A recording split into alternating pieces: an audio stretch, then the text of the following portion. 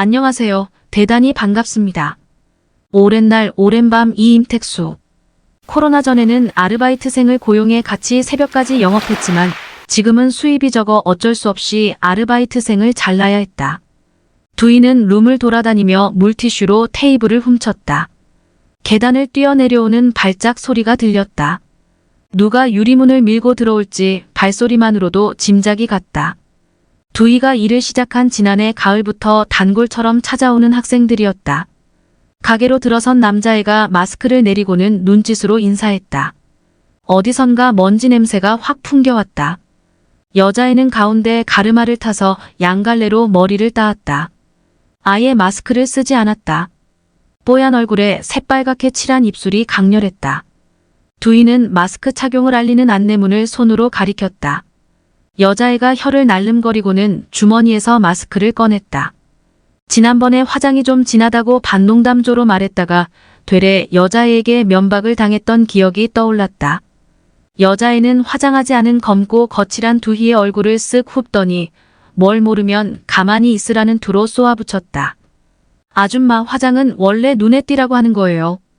방학에는 사흘에 한 번은 찾아오더니 계약을 하고 나자 일주일에 한 번으로 횟수가 줄었다. 카운터에 앉아있으면 방에서 쏟아지는 소리가 복도에 고여 웅웅댔다. 여러 번 듣다 보면 저절로 노랫말이 외워졌다. 지난번에는 노랫소리가 한참이나 들리지 않아 뭔가 기계가 잘못되었나 룸의 작은 창으로 안을 살펴보았다. 노래는 하지 않고 둘은 테이블에 엎드려 장난을 치고 있었다. 여학생이 남학생의 아래턱을 손끝으로 간지럽혔다. 남학생이 꺽꺽대며 웃더니 여학생의 손목에서 팔오금까지 검지와 중지로 살금살금 기어오르다. 또 자지러지게 웃었다. 오늘 남학생이 부른 노래는 모두 이별과 관련된 노래였다. 남자애의 노래가 끝나고 한참 뒤에 여자애가 노래를 불렀다. 전주와 간주 부분이 귀에 익었다. 조지 윈스턴의 음반을 온종일 듣던 이복 언니 옆에서 악보를 외워 피아노로 연주해보겠다고 큰 소리치게 만들던 곡이었다. 지금 그 음반은 어디에 있을까? 어디에 있는지 언니도 모를 것이다. 여자애의 노래가 띄엄띄엄 이어지다가 아예 끊겼다. 노랫소리는 들리지 않고 반주만 되풀이 되었다. 두이는 여자애의 목소리를 흉내내 몇 소절 웅얼거렸다. 문을 열어젖히는 소리가 들리고 뛰쳐나온 남학생이 계단을 성큼성큼 올라갔다. 두이는 심장이 펄떡대는 것을 느꼈다. 여자애가 탁자에 얼굴을 묻고 어깨를 들썩이면서 울고 있었다. 두이는 또 한 번 주제넘게 참견하는 것 같아 망설이다가 여자애의 어깨에 손을 얹었다. 여자애가 고개를 들고 흘낏 두이를 쳐다보았다. 또 한 소리 듣겠구나 움찔했는데 여자애가 으앙하고 울음을 터뜨렸다. 두이는 여자애가 진정할 때까지 말없이 곁에 앉아 있었다. 우는 모습이 낯익은데 누구를 닮았는지 기억나지 않았다. 여자애가 고개를 들었다. 검은 얼룩이 눈가에 번져 있었다. 두이는 카운터에서 물티슈를 가져와 여자애에게 건넸다. 고맙습니다. 여자애가 코맹맹이 소리로 말했다. 왜 헤어지자 그래? 두이가 조심스레 입을 열었다. 여자애가 어이없다는 듯 입을 비죽거렸다. 언제 울었냐는 듯 말짱해진 목소리로 쏘듯 말했다. 아줌마, 헤어지자고 한 건 저예요, 저. 잘 알지도 못하면서. 걔가 좋아하는 사람이 여자면 얼마든지 자신 있어요. 여자애는 입을 꼭 다문 채 자리에서 일어났다. 룸을 나가던 여자애가 돌아섰다. 아줌마, 환자처럼 그러지 말고요. 어떻게 좀 해봐요. 네? 서비스업이잖아요. 두이는 당황했다. 여자애의 말이 틀리지 않았다. 가끔 유리 립 틴트를 들고 하자는 두희의 입술에 바르곤 했다. 유리 크면 여자애처럼 남학생과 연애도 하고 노래 연습장의 아줌마에게 잔소리도 늘어놓을까 두이는 상상해 보았다. 유리 크는 만큼 자신은 늙어가리라 생각하니 마음이 씁쓸하면서도 홀가분했다. 이번에도 율은 전화를 받지 않았다. 대신 모르는 번호로 한 통의 문자가 와 있었다. 수첩 두고 가셨어요. 내일 오시면 찾아가세요. 악기점 사장이었다. 허겁지겁 가방을 뒤져보니 수첩이 보이지 않았다. 수첩을 놓고 오고도 까맣게 모르고 있었다. 감사합니다. 제가 요즘 기억력이라고 쳤다가 지웠다. 노랫소리가 쏟아지는 룸을 등지고 전화를 걸었다. 잠시 뒤 악기점 남자가 전화를 받았다. 남자는 거리가 멀지 않으니 노래 연습장으로 수첩을 가져다 줄 수도 있다고 했다. 두이는 그깟 수첩을 핑계 삼아 남자가 가게에 오는 걸 바라지 않았다. 다만 수첩에 적어둔 온갖 메모를 남자가 눈여겨보지 않았기만을 바랐다. 남자는 내일 낮에 시간을 낼 수 있는지 물어왔다. 자신이 회장을 맡은 색소폰 동호회에서 야외 공연을 하는데 분위기를 본 후 회원 가입을 하라고 했다. 악기하는 사람들이니 사귀어두면 해댈 건 없을 거라는 말도 덧붙였다. 두희는 뜸을 들였다. 그러자 남자는 좋은 생각이 떠올랐다며 아이도 거기에 데려가는 게 어떻겠냐고 물었다. 아이를 위한 후원회를 타진해보면 좋겠어요. 물론 저도 그 영재를 보고 싶고요. 두희의 입에서 버릇처럼 감사하다는 말이 튀어나왔다.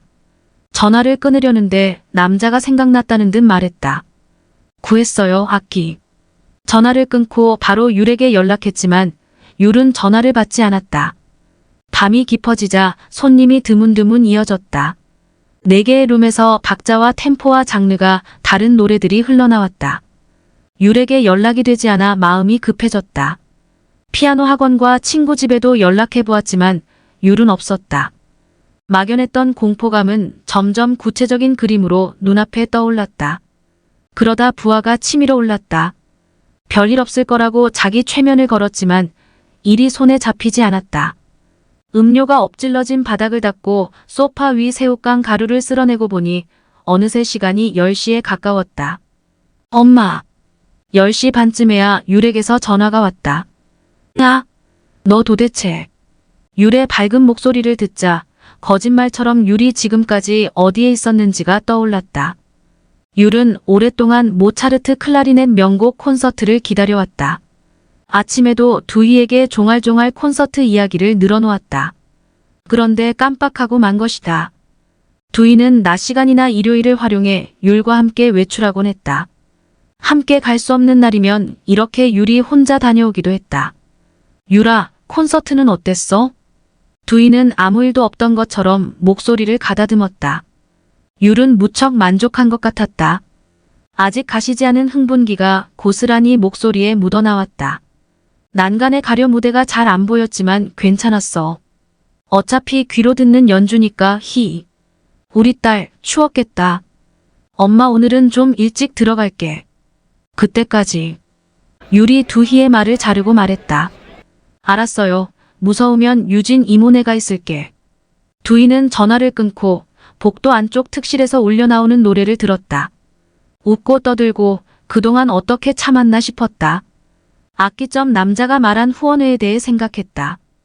율에게 후원회가 생긴다면 더도 말고 덜도 말고 하루에 3시간씩 아이가 플루트를 연주할 수 있다면 일찍 문을 닫은 상점들로 거리는 어둑했다. 두희는 불이 꺼진 꽃가게 앞에서 잠시 걸음을 멈추었다. 가게 안쪽 냉장고에서 푸르스름한 불빛이 흘러나왔다. 실내는 커다란 수족관처럼 보였다. 소국과 마리골드와 펜타스가 유리꽃병에 꽂혀 있었다. 졸업과 입학 시즌이 끝났으니 꽃집은 5월 대목을 기다리고 있을 것이다. 두희는 10년 동안 꽃집을 했었다. 병이 나고서도 계속하려고 했지만 욕심이었다. 가위질을 더는 할 수 없었다. 손에 힘을 줄 때마다 감전된 것처럼 날카로운 통증이 팔 전체로 뻗어갔다. 도매시장에서 꽃을 떼오고 시들지 않게 관리하는 모든 일이 이제는 무리한 노동이 되었다. 꽃은 무거웠고 며칠이 지나면 쓰레기가 되었다. 두희의 사정을 잘 알고 있던 이복 언니가 노래 연습장을 두희에게 맡겼다. 언니는 다른 업소 하나를 지인에게 넘겨받아 지방에서 몇 년을 버틸 생각이었다. 학교 담장을 따라 난 길은 특히 방학 때가 되면 인적이 끊겼다. 두희는 일을 마치고 이 길을 지나 집으로 갈 때면 매번 시험을 치르는 심정이었다. 그럴 때면 예리한 칼을 품에 숨긴 사람처럼 예민해졌다. 얼마나 긴장했는지 차들이 전속력으로 오가는 사거리에 다다르면 다리에 힘이 풀려 신호등 기둥을 짚고 서 있어야 했다. 창문마다 뿌옇게 먼지가 낀 집들을 지나면 오르막이 나타났다. 오르막 끝에는 등산로가 시작되는 산초입이었는데 거기에 못 미쳐 두희가 사는 다가구 주택이 있었다. 녹슬고 삭은 대문이 늘 열려있는 집. 지하방에는 동남아인들이 거주하고 1층에는 할머니와 아들이 살고 2층에는 두희네와 유리 이모라고 부르는 유진이 살았다. 두희는 유진이 이사 오던 날을 기억했다. 바쁘게 짐을 나르는 젊은 여자는 가뿐하고 깨끗한 인상이었다. 과연 집 안으로 들어올 수 있을까 싶은 커다란 침대와 운동기구가 두희는 걱정스러웠다. 처음 인사를 나누는데 유진이 손을 내밀며 악수를 청했다. 자신을 요가 선생이라고 소개했다. 결국 유진의 퀸사이즈 침대와 근력 운동기구는 집 안으로 들어가지 못하고 다시 트럭에 실려 재활용센터로 갔다. 두희는 마당에 들어서며 환하게 불이 켜진 유진의 집 창문을 올려다보았다. 유진은 불면증에 시달려 새벽 5시쯤에야 잠이 든다고 했다. 다음 날에 수업이 있으면 아예 자는 걸 포기했고 일이 없는 날이면 서너 시간 눈을 붙인 후 깨어 있었다. 유진은 출입문 앞에 커다란 쇼핑백을 내놓았다. 잘 개킨 옷들이 한가득 담겨 있었다. 유진은 환절기마다 옷을 정리했는데 입지 않거나 작아진 옷들을 죄다 두희에게 주었다. 고가의 옷들이었지만 대부분 몸에 들러붙는 소재여서 두희에게는 어울리지 않았다. 엄마! 유리 유진의 집에서 뛰어나와 춤추듯 두희의 주변을 맴돌았다. 두희는 율의 볼을 가볍게 꼬집었다. 유진이 출입문에 서서 손을 흔들었다. 율은 흥분에 풀쩍거리면서 유진 이모와 아까 콘서트에서 들은 곡들을 찾아 들었다고 했다. 좋았죠? 이모, 진짜 좋았죠? 두희는 율의 손을 잡고 집으로 오면서 내일 악기점 사장님을 만날 건데 너도 같이 만날 거냐고 넌지시 물어보았다. 율은 오늘 갔던 콘서트 때문에 기분이 좋아 보였다. 오래 생각하지도 않고 고개를 끄덕거렸다. 율아, 작년 영재원 수료식 연주에서 혹시 실수했었니? 두희가 율의 젖은 머리를 말리는 동안에도 율은 두희의 종아리에 올려놓은 손가락을 키 누르듯 계속 움직였다. 아, 그거? 16분 쉼표에서 빨리 숨 쉬고 크게 소리를 내야 하는데 숨이 차서 못했어요. 율이 고개를 휙 돌려 그런데 그걸 엄마가 어떻게 알았어요? 라는 눈빛으로 두희를 올려다보곤 다시 손가락을 움직였다. 흥얼거리는 소리가 조금씩 커지고 어딘가로 달려가듯 빨라지더니 점점 더 커졌다. 소리는 멀리까지 갔다가 되돌아오는 메아리처럼 작아졌다가 느려지고 끝내 잔잔해졌다. 율은 드라이어 바람에 눈이 시린지 손등으로 눈을 비볐다. 낡은 보일러가 점화되며 요란한 소리를 냈다. 두희는 창고 구석에 놓인 항아리 앞에 쭈그려 앉아 뚜껑을 열었다.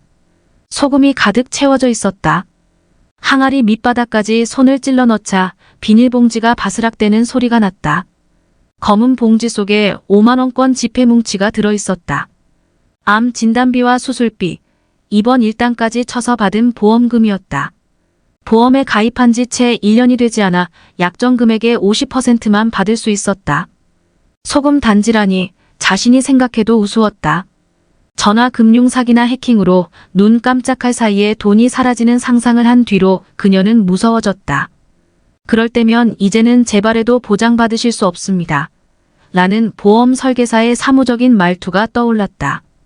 5년 동안 암세포의 전이가 없으면 안정기에 접어든 셈이라고 주치의가 말했다. 다음 달이면 5년이 된다. 두희는 지폐 다발에서 20장을 뽑아내었다. 아이가 현재 사용하는 플루트보다 한 단계 좋은 악기의 중고 가격이었다. 두희는 아이방에 불을 끄고 어둑한 주방으로 나왔다. 주방 창으로 보안등 불빛이 스며들었다. 바람이 부는지 옥상에서 지하방으로 늘어진 검은 유선방송 케이블이 부엌 창문을 탁탁 쳤다. 전등이 나가듯 어느 날 많은 것들이 제 기능을 잃어 아이조차 못 알아보게 될 자신을 상상하면 두희는 가슴이 먹먹해지고 숨이 찼다. 그때는 이 아이를 어떻게 할 것인가. 악기점 남자는 한 손으로 핸들을 잡은 채 클래식 방송에 주파수를 맞추었다. 율은 낯가림 하는 것처럼 차를 탄 이후로 창밖 풍경만 바라보았다. 남자친구 있니? 남자의 말에 율이 두희 쪽으로 고개를 돌리더니 헐하고 과장된 표정을 지어 보였다. 남자는 율의 반응을 본 건지 만 건지 그래. 남자친구는 천천히 사귀고라고 말했다. 유리는 플루트가 왜 좋니? 백미러에서 남자의 두 눈이 웃었다. 플루트는요, 하나의 멜로디만 연주할 수 있어 아쉽지만 그래도 소리가 부드럽고 아름다워 좋아요. 차가 강을 건너기 시작했다. 두이는 차창 밖으로 스치는 풍경을 눈에 담았다. 오랜만에 나들이 하는 것처럼 마음이 설렜다. 한낮의 햇빛이 강물 위에 떨어져 함석판처럼 반사되었다. 가로수가 춤을 추듯 바람에 흔들렸다. 바람은 지난밤보다 기세등등해졌다. 바람이 불면 미세먼지가 덜하니 차라리 쌀쌀해도 그게 나은 것 같았다. 다리를 건너 차는 강변 쪽으로 방향을 틀어 이면도로 위로 올라섰다. 율의 얼굴이 하얗게 질리더니 손바닥으로 입을 틀어막았다. 멀미를 하는 모양이었다. 두이는 손수건으로 율의 턱을 받쳤다. 유럽 스타일로 내부를 꾸몄다고 광고 중인 카페에서 뜨거운 음료를 마셨다. 뜨거운 코코아를 마시는 율을 보던 남자가 벼랑간 자신에게도 유리 같은 아이가 한 명 있으면 좋겠다고 말했다. 좋은 환경에서 잘 키워 본인이 이루지 못한 세계적인 연주자로 성장한다면 더 이상 바랄 게 없겠다고 했다. 오랜 시간 애썼지만 아이가 생기지 않았다는 그의 말을 들으면서 두이는 난감해졌다. 공기가 제법 차가웠다. 바람은 잦아들다 거세지다 하며 변덕을 부렸다. 바람이 새어들지 못하도록 두이는 자신의 스카프로 아이의 목을 친친 둘러주었다. 어디선가 색소폰 소리가 들려왔다. 남자의 눈이 활짝 웃었다. 강변에 설치된 야외 무대 주변에 사람들이 모여 있었다. 유리 손가락으로 무대 쪽을 가리켰다. 색소폰을 목에 건 채 사람들은 자신의 순서를 기다리고 있었다. 크기가 더 작은 색소폰을 목에 건 여자들도 보였다. 사람들이 악기점 남자를 알아보고는 소리를 질렀다. 한 여자가 따뜻한 꿀차를 사람들에게 나눠주었다. 남자가 두이를 향해 눈짓을 했다. 네? 색소폰요. 네? 어제 색소폰요. 망가지고 우그러진. 바로 그 사람이었다. 덜렁대다가 색소폰을 망가뜨린 사람. 두이는 웃음이 나서 마스크 속에 입을 벌리고 소리내어 웃었다. 두이는 율의 손을 잡고 강가로 갔다. 검푸른 수면이 한눈에도 깊은 물속을 알려주는 것 같았다. 창창이 흐르는 강물을 내려다보았다. 강아지를 데리고 나온 사람들이 눈에 띄었다. 팔짱을 낀 연인들이 포토존이라고 쓰인 팻말 앞에서 사진을 찍었다. 텐트 안에서 가족으로 보이는 사람들이 음식을 먹고 있었다. 두이는 보도블록이 깔린 길을 따라 걷다가 뒤돌아보았다. 주변을 두리번대던 악기점 남자는 이내 무리 속으로 섞여들었다. 길 끝에서 시작된 계단을 올라가니 비닐하우스로 만든 사무실이 보였다. 좌판에 개망초와 쇠별꽃이 나와 있었다. 사람들이 밭에서 검은 비닐을 걷어내고 흙을 골랐다. 길 가장자리를 따라 심겨있는 팽자나무에 자잘한 꽃들이 매달려 있었다. 엄마, 여기 좀 보세요. 율이 말한 곳에 대형 거울이 있었다. 가까이 가서 보니 오전 해가 눈부시게 거울에 되비치고 있었다. 거울 속에는 바람이 없었다. 야외 나무 울타리에 세워둔 거울은 어딘가 생뚱맞아 보였다. 율이 두희의 팔을 잡아 끌었다. 거울 앞 흙박 가장자리에 2미터는 되어 보이는 나무가 있었는데 이파리 하나 없는 나무는 옮겨 심은 것처럼 주변과 어울리지 않았다. 긴 줄 양 끝에 물이 담긴 페트병을 묶어가지마다 걸쳐두었다. 율이 고개를 갸웃하며 두희에게 까닭을 물었다. 두희는 대답 대신 페트병을 단 나무처럼 두 팔을 벌려보았다. 두희는 자신의 눈앞에 펼쳐진 이 풍경이 잔인한 농담 같았다. 나무의 성장에 없어서는 안 될 물, 그러나 나무를 무겁게 짓누르고 있는 물. 두희는 율에게 아무 말도 하지 않았다. 다만 바람이 불어도 꼼짝하지 않는 나무를, 오랜 날 오랜 밤을 견뎌왔을 나무를 오래 바라보았다.